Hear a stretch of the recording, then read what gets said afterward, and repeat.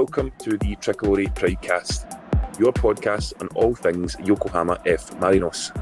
My name is Jamie, and I'll be joined by some guests as we run through the latest news and goings on at the Nissan Stadium. As always, I'd like to start by thanking you for tuning in, and I'm let you know that I'm joined this morning, UK time, by Stuart. Stuart, how are you? I'm very good. I'm warmed up now. I had afternoon out today in the freezing cold rain of Machida Stadium. I went to see FC Ryukyu match. As some people might know, that's my number 2 team. And it was a scoreless draw and very cold. So I'm just glad to be back home and warming up again. It doesn't sound the sort of tropical atmosphere you'd normally associate with Ryukyu on that one, Stuart. So I'm sorry to hear it wasn't a bit more tropical for you. Although a couple of Chuhais, I'm sure you'd have heard the shores and the waves and the beaches and stuff like that after enough of them. So, yeah, a similar situation to last week, Stuart. I'm afraid our normal running order is to try and run through the news, but we don't seem to have too many news items to run through. Is there anything you'd like to bring up? Yeah, just looking through the news, and just before the first match, it was announced that the captain will continue to be Kida. He's a number 1 captain, and then Mizunuma and Hatanaka are vice captains from the Japanese contingent, and Marcos will be the vice captain from the Brazilian side. I think that's kind of an interesting way they do it, because I definitely saw last year, like, Thiago was the captain, and before they go out onto the pitch, he's giving his speech in Portuguese, and it's getting translated into Japanese as well. But I thought that's interesting that they have, like, the Brazilian captain and also a Japanese captain too. So interesting. Indeed, and it begs the question, Stuart, who's the Tricolore Pride captain? I thought I was a benevolent dictator for life, maybe. No. I think Brendan might have you picked for that one in terms of tenure. That's true. No, that's true. We can raise that question with him when he joins us at some point in the future. Yeah, I'm looking forward to that. So am I, absolutely. I think it's worth noting as well that just before we recorded last week that Yusuke Nishida was diagnosed with ankle ligament injury after getting injured in a training match towards the end of January. So it's looking as if he's going to be out for around 4 to 6 weeks. And we don't always get that news frequently, but when we do kind of find out about any injuries or players being out for a sustained period, we'll do our best to bring that to you and keep you updated. And there's one other thing, Stuart, that I would like to mention, which has been a bit heartbreaking to look at, which is some of those who follow F Marinos on Twitter and kind of in and around that sort of echo chamber of Yokohama F Marinos is the young girl who's longing for Thiago Martins. Have you seen that story, Stuart? Yeah, actually, when Thiago said he's leaving, I immediately thought about her, because she's always at the matches with a doll that is, I think her mother made, and of Thiago. So she was really well known. Like, you quite often see at the on the DAZN coverage, they would pick her out in the crowd, like over the last year or two. So when it came the news that Thiago was leaving, then I wondered, how she's going to take it. And then, as you said, cue the video, like the little girl standing outside the stadium, and the stadium's pretty lonely anyway when there's nobody there on a weekday, and she's shouting out in Japanese, "Thiago, I love you. Thiago, I love you." It's like, so I thought it's very cute, but I think everybody was wondering what was going to happen. But I wonder if her mother will be making some new dolls for the new season, or that will be her love for her life, her lost love. Indeed, I hope so, and I hope she kind of moves on to find a new favourite player, because that video was pretty heartbreaking. And speaking of heartbreaking, I think we both caught the Kawasaki result from Friday night. That kind of 3 points picked up against FC Tokyo, and in advance of our fixture against them on Wednesday this week.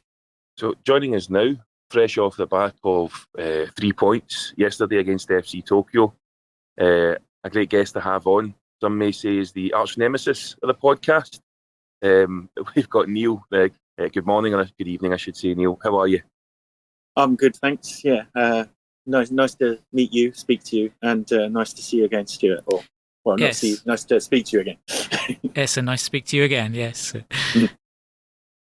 So, Neil, as I'm sure you've been listening very closely to podcasts over the past couple of weeks, you know that whole keep your friends close, keep your enemies closer thing, you know, although I'd hope, I think we'd be lucky to be big rivals with you this season based on the opening fixture. But we're kind of running through a bit of a script, almost asking guests when they appear from different clubs around the league, how they found the league and how they found the club and their favourite players. So we're going to ask you the same questions and try and kind of get a bit of your origin story and why you support Kawasaki Frontale. So if I can start off just by asking that, you know, how did you find the club? Why did you choose Kawasaki Frontale of every club in the league? So it's going to irritate some people perhaps, but well, actually, I'm going to irritate quite a few clubs fans now, actually. But I really, really hate Manchester United. And I'm sorry to Man United fans, and there's no reason for me to dislike them. And the reason this is very indirect route to the actual point, but I dislike Man United, and I always associated them with Urawa. So that's two clubs fans I've annoyed so far. And when I was in Japan, oh my God, it was a long time ago. We were here on holiday. I was here with my then girlfriend, now wife. And we were in a tiny bar in Shibuya. And I was talking in inverted commas with some Japanese guys about football. And their English was about as good as my Japanese at that stage. So it was just basically listing names. And I got my wife to ask them who Urawa Red's biggest rivals were. And these guys were obviously Frontale fans and obviously lied to me, saying that Urawa Red's biggest rivals were Frontale, which I'm pretty certain, I mean, maybe soon they will be because we're not having much fun against them recently. But yeah, they said Frontale were Urawa's biggest rivals. So I said, okay, I'm a Frontale fan. And that was, maybe about, oh my God, it's... it was before we were married. It was before we lived in Japan. So this is like, got to be 16 years ago, maybe. So a long time. Basically, when we moved to Japan, where we live now in Shibuya in Tokyo, is our closest team is Kawasaki. And don't let those FC Tokyo guys tell you Shibuya is FC Tokyo's, because it's Kawasaki territory as far as I'm concerned. And also my first job in Japan, which I stayed at for like 8 years, was in Kawasaki. So it kind of seemed like it was a little bit fate in a way. But yeah, I've got a lot of sort of small, tenuous reasons why I support them, but they all came together into one big lump of a decent reason, maybe. That's 15 years. I'm guessing you probably didn't start attending games the next day and haven't missed one since. So how frequently have you been able to get to the games and sort of, has it been pretty much since you've lived in Japan, you've been going regularly, or is it just kind of when you can sort of thing? I think we probably didn't go particularly regularly when we first moved here in 2012, but maybe a couple of years, 2 or 3 years after that, we started going more and more regularly. And I think we've had season tickets now for about 6 years. So, and in the sort of season ticket times, we've been doing most away games as well, like maybe 80 or 90% of away games. There's only a few that are particularly unappealing or difficult to get to that we don't go to. Obviously, that's changed during sort of COVID times, that we couldn't get season tickets for 1 or 2 years. Everything's a blur now with COVID, but yeah, we've been going pretty consistently for 6 years, and before that, sort of now and then.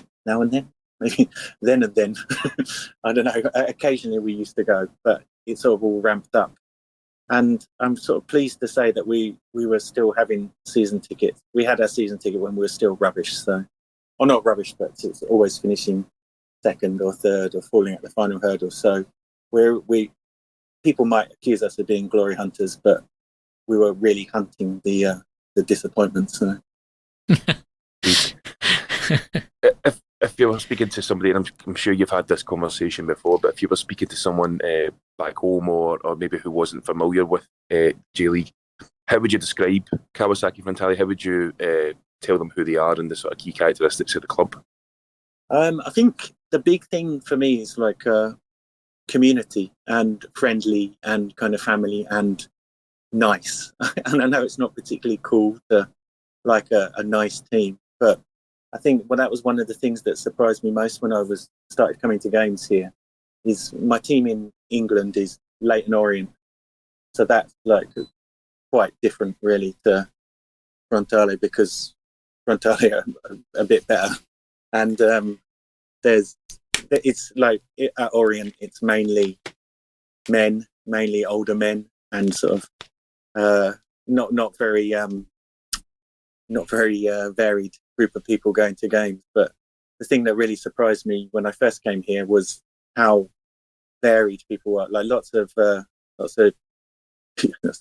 of young women with cameras taking photos of handsome players, and families and kids and old people and young people.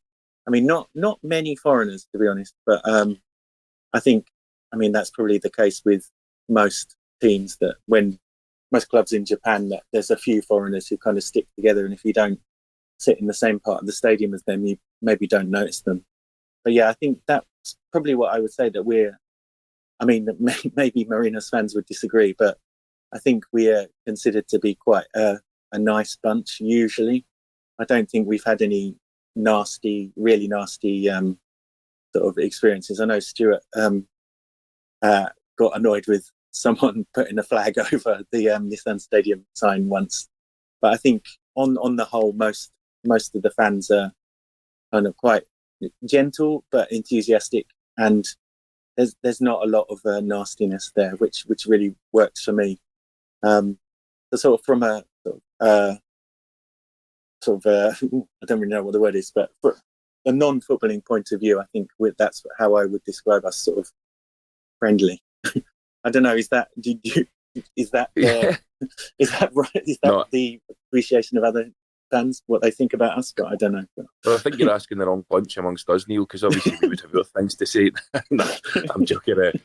Funny story though. You just reminded me of, Stuart. I don't know if you were going to say this. I was just thinking of this, and I know what you're going to say. In fact, you crack on, then you can tell it. If this is the same story, okay. So this was 2019 when we went to Todoroki, yeah. You're thinking of? Indeed it is, yes. So yeah, Jamie and I were walking from the station, and we were like wrapped in conversation. And I've been to Todoroki many times, and I think Jamie's been a few times too. So we were just walking around to go to the entrance, because we actually hadn't got tickets at that point. We were picking them up from the core leader had got us a couple of tickets. So we were heading over to where we were meant to meet him, and then we suddenly found that we'd taken the wrong turn, and we walked all the way in our Marinos uniforms right round the stadium in a big loop to get back to where we started. So, and nobody paid any attention to us at all, and we were just commenting, in certain clubs in the world that wouldn't be a very wise thing to do, especially as it was kind of a big the big derby match and the second last match of the season for us. So there's a lot hanging on it. But yeah, I think that maybe that was what you were thinking of, Jamie. Indeed it is, yeah. It's the closest thing I've came to living out, the Warriors movie in person. Kind of had to bop our way back through to the... No, it was... folk were lovely. It was just a couple of smiles, like, looking at us as if to say, why are you around here, sort of thing, But we were laughing because we were thinking, exactly as Stuart says, when he says, oh, we're walking into the Kawasaki end, I'm sort of images of like Green Street in my head, you know, and we're just joking about how we're going to get attacked and stuff. And but no, it kind of correlates exactly with what you're saying, that people were lovely, you know, they weren't interested. They were just keen to make sure that we got to where we were supposed to be, which was quite nice of them.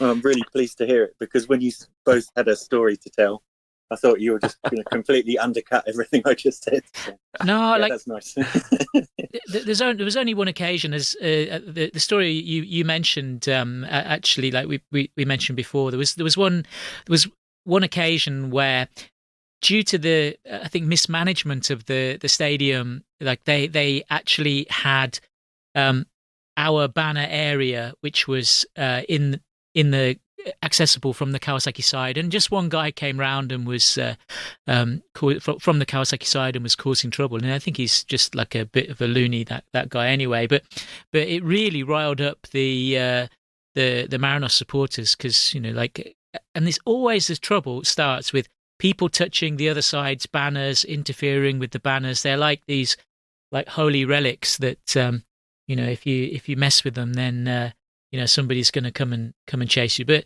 no, I've never had any trouble. But the atmosphere at Todoroki when Marinos play there, it's always fantastic on our side, because they really want to win. Like the supporters really want to win, so they're singing louder, they're singing more frenetically. So it's really it's a great away experience to go there in terms of your own supporters. You know, it riles them up something wild. So it's a good day out. Yeah, Okay. It's a real shame, actually. Sorry to interrupt. It's a real shame that we still can't sing. I mean, I obviously understand it, but I'm not a good singer, but it's such an important part of the match day experience for me. It just really adds something else. I mean, so occasionally my wife in the past would tell me to shut up a little bit when I have a few choice comments always about referees, to be honest.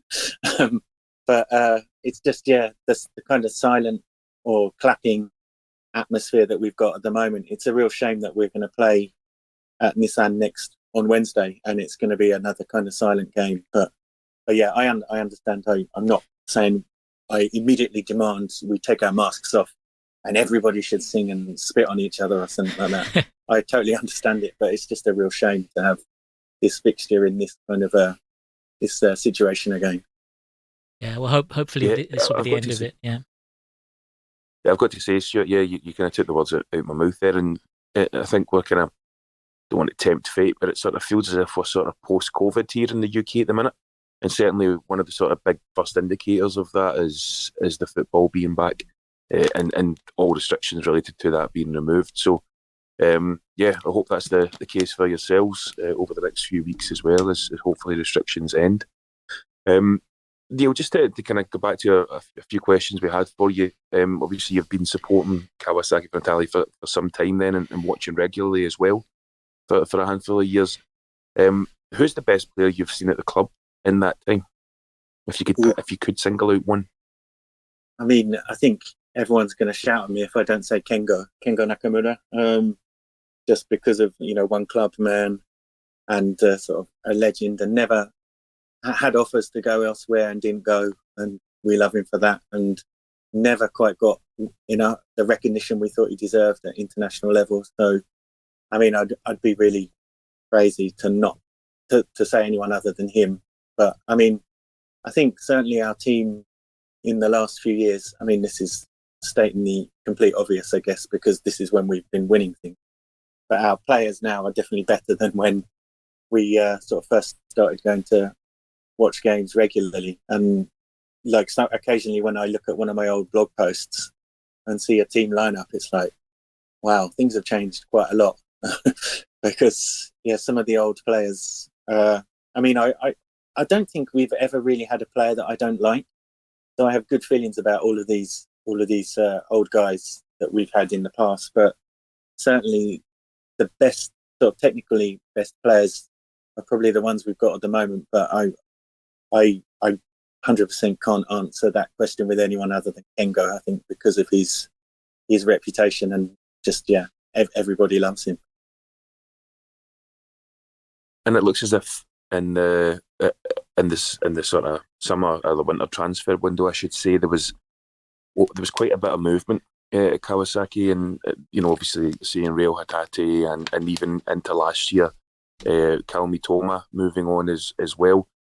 But frustratingly, and we mentioned this in the pod last week, Stuart, frustratingly, Kawasaki seem to have this sort of momentum going. I don't know if that takes away from the quality of the scouting or the quality of the youth academy, but it just seems to us as if when these guys move on, there's very little drop-off in the standard of the quality overall, in the actual, the kind of the playing, the first 11. I don't want to sound sort of too vague a question here, but is that an accurate reflection of what we're seeing? Do you see when these guys are moving on and when they've moved on last year that they've kind of been replaced quite seamlessly? Or is it a bit of sort of moving around by the coach to try and sort of fill in those gaps? I feel like there's definitely like a conveyor belt of decent players coming through. I think we've been a little bit lucky with some of them, and we've been certainly lucky in certain areas of the pitch, because it seems like every year we have another pretty short midfielder coming through who's going to do really well. And sort of in the front two thirds of the pitch, we always seem to have lots of exciting players. But I think at the back is where maybe that sort of falls down slightly, and we've been a bit lucky at the back recently, so we have to buy players or transfer players in for that area. But certainly, yeah, the youth is pretty exciting for us, I think, and I'm sure it's the same for you guys, that there's nothing better than seeing a player who's come through your sort of academy make it to the sort of the main stage of the J League, and then even perhaps move on. So, although, yeah, I can't particularly. I don't know. I have very mixed feelings about players moving to Europe, because, I mean, basically, I'm quite greedy or a selfish person. It's their life. They want to have a good career, but I don't want them to go anywhere. I want them to stay with us. And I get upset, but yeah, unless a rival manager, an ex-rival manager, steals our player, then I get angry. So actually, that's kind of funny. Yeah, you're saying about the ex-rival manager, because looking at all of the tweets, after Hatate made his break at Celtic, there's a lot of tweets from Celtic supporters saying, Ange Postecoglou should be put in prison. He's robbed Kawasaki. He's stolen him. That's too cheap. So yeah, we're actually following Celtic. So for us, that was a great signing. But I'm sure that you're sorry to see him go. But how do you feel about his uniform now? You have that in your closet, right, from last year, isn't it? Yeah. I haven't worn it. Okay.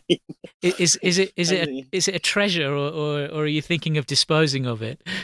I mean, I joked at the start of the season that I would set fire to it, but I'm not going to do that. I don't wish him any ill. And yeah, it's just, I think, sort of because of these Japanese transfers recently, my Twitter has just been unbelievably old firmized, if I can use that phrase. Firmed up. Yeah. Firmed up, yeah. So I've had to, it shows my pettiness, and I'm sure your listeners will love to hear me being petty and childish about this, but I'm so petty that now I've blocked a few words on Twitter just because it was becoming unusable for me, really. It was just like a sort of Celtic news bulletin board. So yeah, I haven't seen much what he's been doing recently. But he's been really great. Really, really great. I'm sorry to say about that. Yeah. I was going to suggest to you that if you were going to burn his shirt, what you could do is you could put the ashes in a little jar, and then we'll exchange the ashes when whoever wins the derby match. It's an interesting idea, but I mean, these shirts are so expensive. Exactly, yeah. I was going to say they're about £100 a jersey at least. And Neil, the thing is as well, and I hate to say this, but Stuart, you may agree, I get the feeling that Hatate may not be in Glasgow for too long, Neil. I've got a sort of sneaky feeling that this might be a bit of a season and a half stop-off before he goes to, a Borussia Dortmund or a Bayer Leverkusen or somebody along those lines. So I would maybe just hang on to that jersey for another 18 months because you might get use out of it when eventually he plays for someone that you feel you can brandish on your back going to games. So yeah, I'd hang on with that one.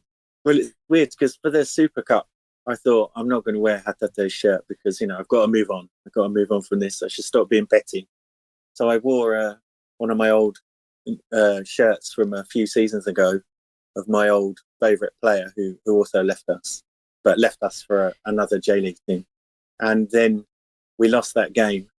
And, well, I'm not sure we played badly. I don't think we played at all, to be honest. And afterwards, I realised I'd worn the one shirt I've got from that middle season where we didn't win the league. And I thought, that was a bit stupid. So maybe that shirt is cursed. And then, yeah, absolutely. You've cost your team the Super Cup with that. Yeah. And, everybody's gutted. It's the cup that everybody wants to win. So, So on Friday, I wore a different one and we just about squeaked it. So I've got a quick story on that one. It's not quite football related, but sure, I don't know if you know where I'm going to go with this one as well. I moved over to Yokohama. I spent a few months there in 2014, Neil. And my move was kind of primarily driven to go and follow F Marinos. But I was conscious of the fact I would have quite a lot of time on my hands, so I started to sort of look at other interests potentially that I could get into when I was over there. And the natural one was obviously baseball because it's on all the time. It's quite cheap. So in preparation for getting into baseball, I decided to buy a Yokohama Baystars uniform. So I went on eBay and I seen a jersey. They're all at 40, 50 quid on eBay.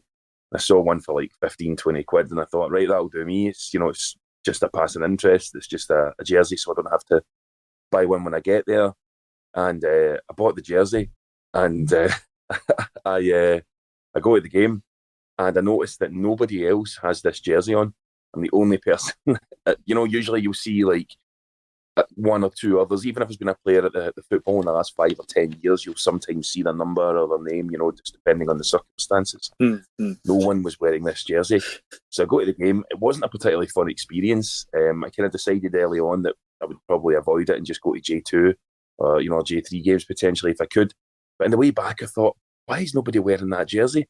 So I Googled it, and I won't name the player's name, but basically it turned out that he was like the sort of Japanese equivalent of like Ryan Giggs, and that he'd been tied up in all sorts of like sketchy scandals in relation to doing some stuff that he shouldn't have been doing. And I think he was married to a pretty famous public figure that was running around with like a couple of young women at the time as well.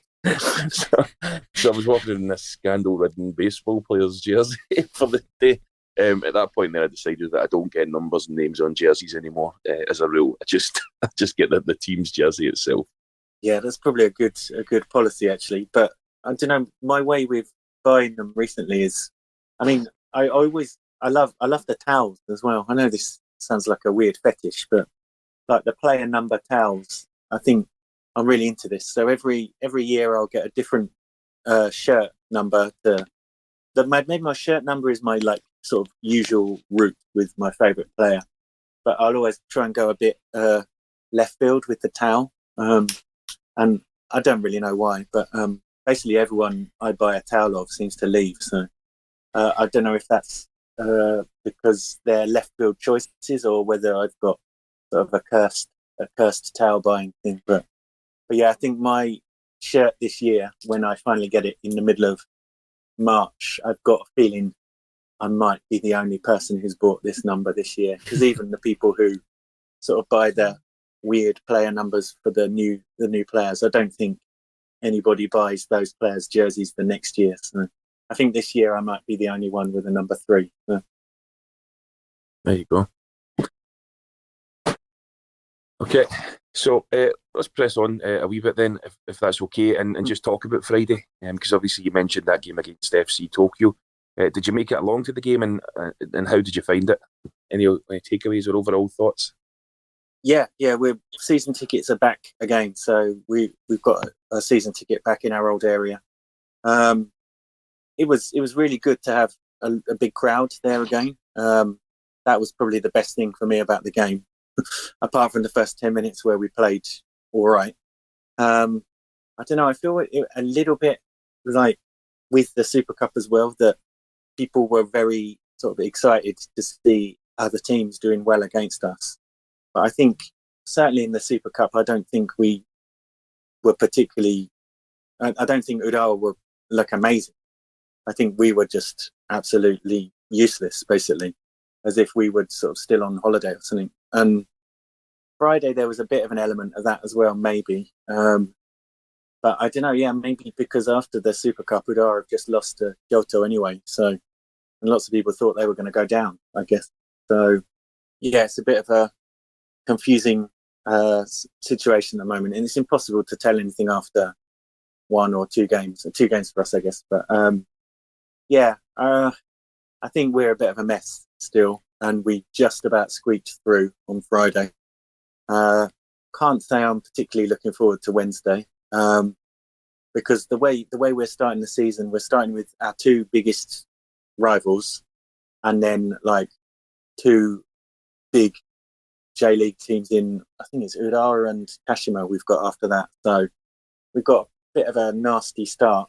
But to be honest, having 3 points from Friday is the real bonus, considering how bad we were, really. So yeah, I thought that was kind of a very Kawasaki match in a way, that even though you didn't play that well, you won it in the end. You got the points, so that was like for me. I was watching it live, so it was. I thought, gosh, there you go. In the end, they win it, so never mind. But how do you feel about last year when Kawasaki played Marinos? Like, there's the first match was actually I think it was the first match of the season, wasn't it? On at Todoroki.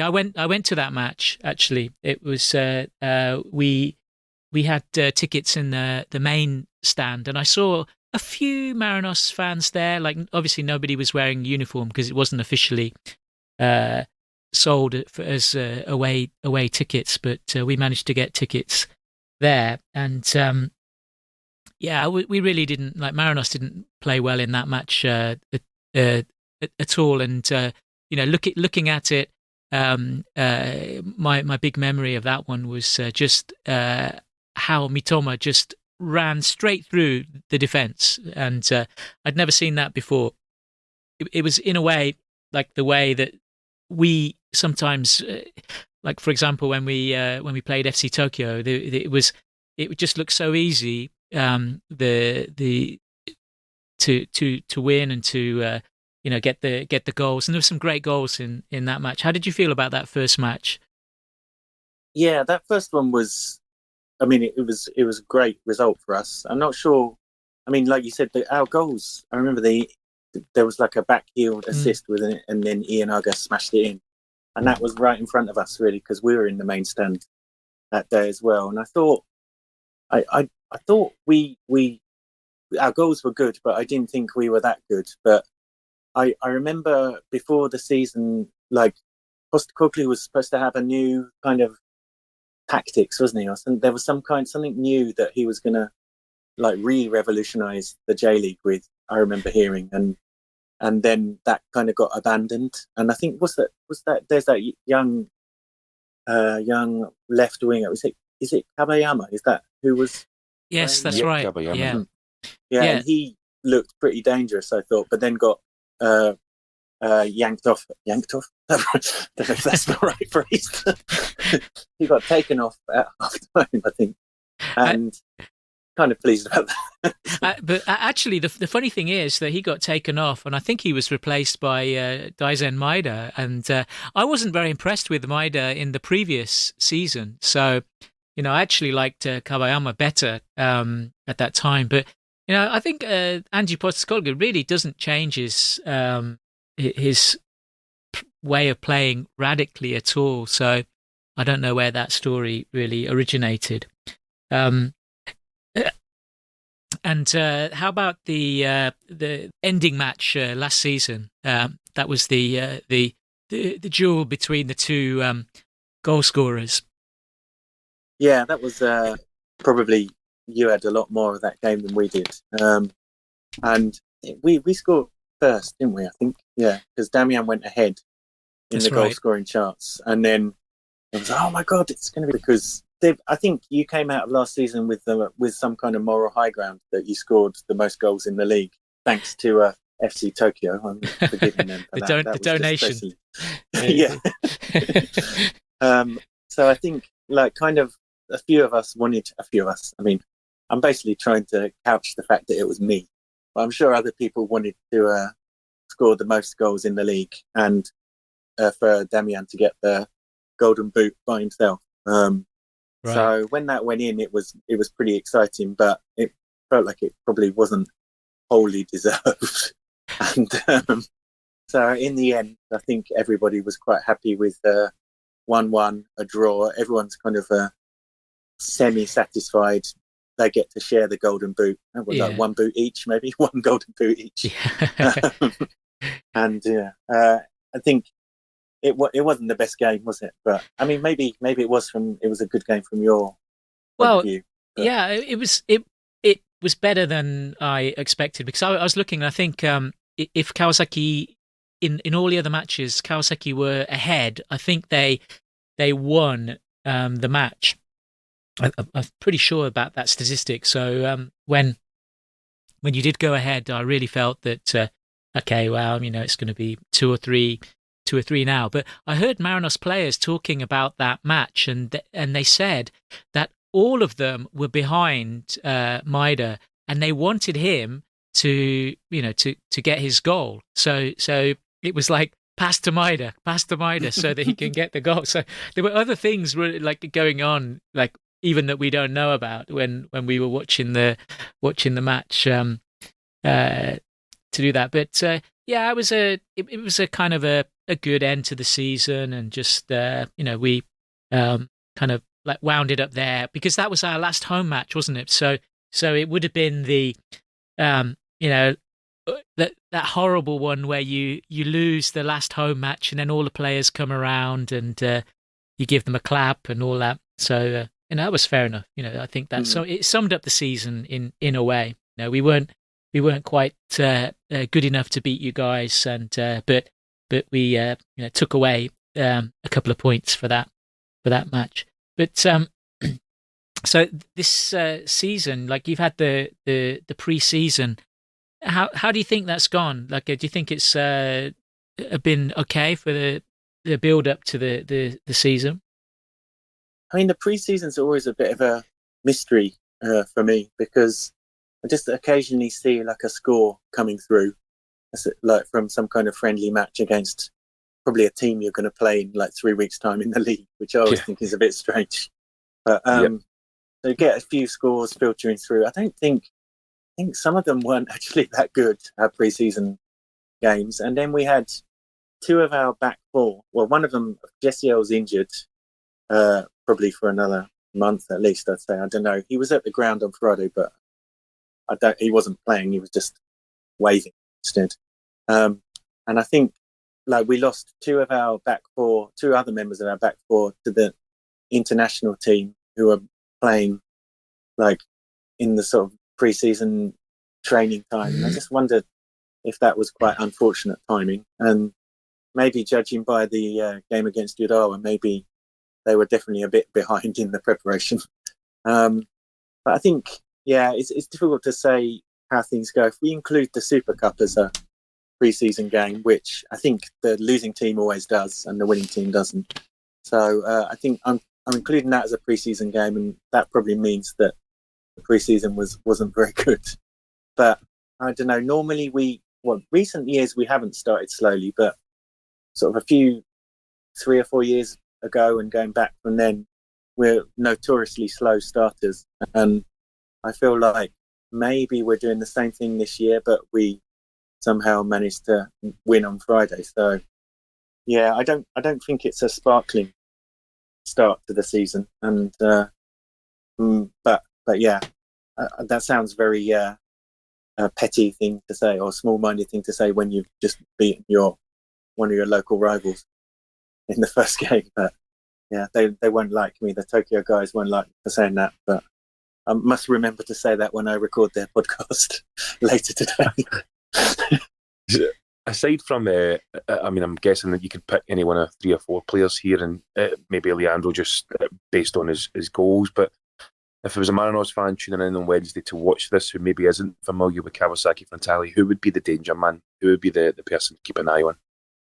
That's a good question, because even though Oniki is very predictable with his starting lineups, COVID is having a say recently. And I think before the start of the season, I would say keep an eye on Tachibanada, because I thought he was a revelation last year and thought he was one of our 3 best players, definitely, and young guy as well. But he's been missing from the first 2 games somewhat mysteriously. So, I mean, we suspect maybe he was one of the 2 COVID cases we had. But the problem with that is he lives in a dormitory. So if he had it in the dormitory, I guess a lot of other young players might have it as well. I don't know. I mean, this is all a bit of a mystery as well, the COVID things. I think maybe the other player I would be interested to watch is maybe our new signing, Chanatip, because we don't really know where he should be playing yet. And I don't think he's quite got to grips completely with what we're doing. But I think when he really settles in, and hopefully that'll be sometime in the next couple of days, I think he's going to make a big difference to us, because he's kind of an imaginative, creative player. So I would say probably Chanatip. But Damian's been really quiet in the first 2 games, but got the goal on Friday. So I'm not sure I would particularly watch him. But yeah, maybe I think I'm going to say Chanatip. But I suspect that maybe our keeper might be quite busy, judging by our defensive woes and our defensive injuries at the moment. So yeah, maybe Chanatip or the goalie, Jung Sung Rong. I never know how to say his name, because I'm sure the Japanese rendering of it isn't quite right. So I always fall somewhere between trying to do it in Korean and trying to do it in Japanese and just mumble it. So yeah, the goalkeeper or Chanatip, I'd say. I was just going to say the next question I've got for you is sponsored by Mr. K Muscat, which is to ask what's the weak link? Who would be the player that you would be looking at saying, don't know about that guy? But Stuart, I think you might want to come back in with a question related to the stronger players. I thought that was a good question. Okay, well, let's go with that one then. So yeah, Neil, if you could let us know then, who should the Marinos players be throwing themselves at for 90 minutes on Wednesday to try and establish them as a weak link in the team? I mean, I don't think I'm giving anything away when I say that our defence is not in good shape at the moment because of long-term injury to Jesse L. My most despised FC Tokyo player, Leandro, kind of judo through Kudamaya, our replacement centre-back, in the game on Friday, and I think he's broken his shoulder. So basically we've got one centre-back in the squad, and then we'll have a midfielder playing at centre-back, and on the bench, possibly no defenders. So I wonder, I mean, Mr. Muscat seems to like the more physical side of football. So I wonder if I don't know how much of a malicious person he is, but it might be worth. No, I'm not going to say that. I don't want to say this because then if someone gets injured, I feel like I'm going to be responsible for it. But if we get any more injuries in the centre-back positions, we're in big trouble. Who will play centre-back from midfield? Is it Schmidt that'll move back? No, Yamamura. So when we signed him from Cerezo, he was a midfielder who sometimes played up front and sometimes played at centre-back. But he's basically been on the bench for most of his Frontale career to cover at centre-back. So I guess he's could be considered a centre back now, but I just really don't understand why year after year after year we don't sign any defenders. But I mean, I guess it's like maybe fantasy football style. You know, you don't want to waste money on defenders. Just get more players who score points. Just getting some cheap defenders. But yeah, I don't know if that's really. It might work for fantasy football, but I don't think it really is. It's a bit more dangerous if it's real football. So I have a question. So which of the current Marinos players don't you like the most? Oh, hang on. Try to stoke tensions here, Stuart. Neil, don't walk through the Marinos end on the way to the game on Wednesday. So I heard, like, while you're thinking about it, right? I heard some story that along with Chanatip, actually Tereton got approached to join Kawasaki, but he decided not to. I think he wanted to go back to Thailand anyway. But I know he wasn't your favourite player either. But, no, yeah. And I think your favourite player actually is quite unrecognisable now because he has a new haircut. Yeah. You see, I think he's possibly a nice guy. I think. This is Marcos Jr. Yeah. Yeah. I think he's possibly a nice guy, but he's got. I mean, you do seem to have quite a lot of players with a bit of a temper. If like Tereton, I thought was always like really close to losing his rag at like every opportunity, and I think Marcos Jr. as well lives life on the edge, sort of temper wise. But I mean, I don't think I hate him. But yeah, I mean, maybe the ones I really didn't like have gone. Like, I mean, Eric, I really, really didn't like. Yeah, why didn't you like Eric? He's a really nice guy. I think Eric, you know, I would rather have Eric as a friend, I think, than Marcos Jr. Because, like, Marcos Jr., as you say, he's got sometimes he looks a little bit mad and angry and crazy at the referees and things like that. But Eric was such a nice guy, a really nice guy.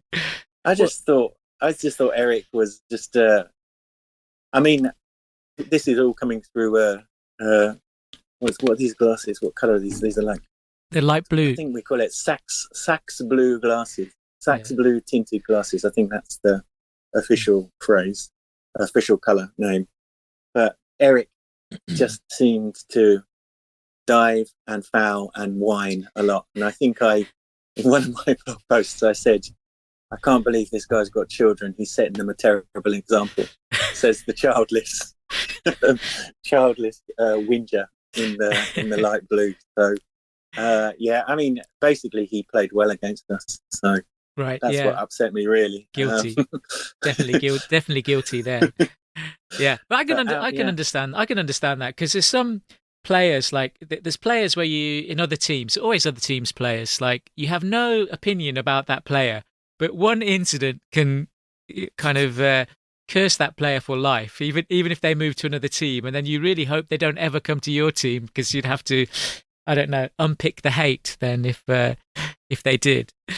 Yeah, that kind of happened for me with Okubo, because when he was with us towards the end of his first spell with us, the long spell, he was causing a few problems, and I think he was just a bit of a ball of aggro and just shouting at all the kids who were playing much better than him. And when he left, I was like, okay, I'm pleased he's gone. And he signed for FC Tokyo, and I was like, oh, this is good. I'm going to give him a bit of stick next year, even though he's like a club legend. It's a terrible thing for me to do, but I just shouted at him regarding his lack of pace and not the fact that he couldn't score any goals anymore. And then he came back the season afterwards, and that was a bit awkward. But yeah, it's tricky when I mean, like, from this weekend's games, Yuma Suzuki is getting a bit of well-deserved stick. And my wife said to me, "Oh, you hate Yuma Suzuki, don't you?" No, so she said, "You like him, don't you?" And I was like, "No, I really hate him, but he's the kind of player that if he's on your team, you probably would, find a way to look past all of these things." And I think Okubo was a bit like that as well. But I don't know where I'm going with this. I'm just going to say that, I have neutral feelings about all of your players. Well, Dramatic. it's funny because we had quite a long session talking about Okubo with Alan last week. I'm not sure if you heard that, and he was our least favourite player for a long time. But apparently, Alan was telling us he's a really nice guy. Okay, but he puts everything in the pitch. But yeah, so that's kind of funny. But yeah, I just realised your question was who is your least favourite Marinos player, and I ended up saying I didn't like Okubo, our own player. That suits us fine. Yeah. No, I liked him, but I had issues with him at some stage. Maybe I'll say. Well, gents, I'm conscious of the time, and Neil, I'm conscious of the fact that, as you mentioned, you are required elsewhere to go and speak about Kawasaki Frontale. So, can I try and pin you down to a prediction for the game on Wednesday? What do you think the score will be? No, you can't.